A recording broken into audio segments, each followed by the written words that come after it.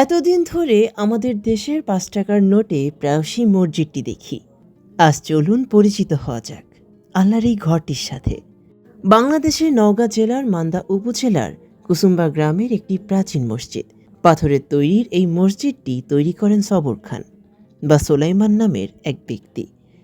ইনি আবার আফগান শাসনামলের সুর বংশের গিয়াসউদ্দিন বাহাদুর শাহ আমলের।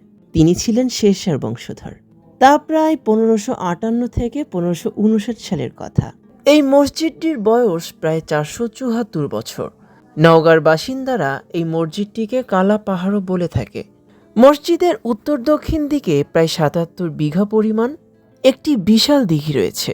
এই দিঘিকে গ্রামবাসী খাবার পানি হিসেবেও ব্যবহার করে, আবার গোসল ও উজুর জন্য এই পানি ব্যবহার করা হয়। মসজিদটি ৫৮ ফুট লম্বা এবং চওড়া ৪২ ফুট। ছাদের উপর রয়েছে ৬টি গম্বুজ, তার মধ্যে ভূমিকম্পে নষ্ট হয় ৩টি।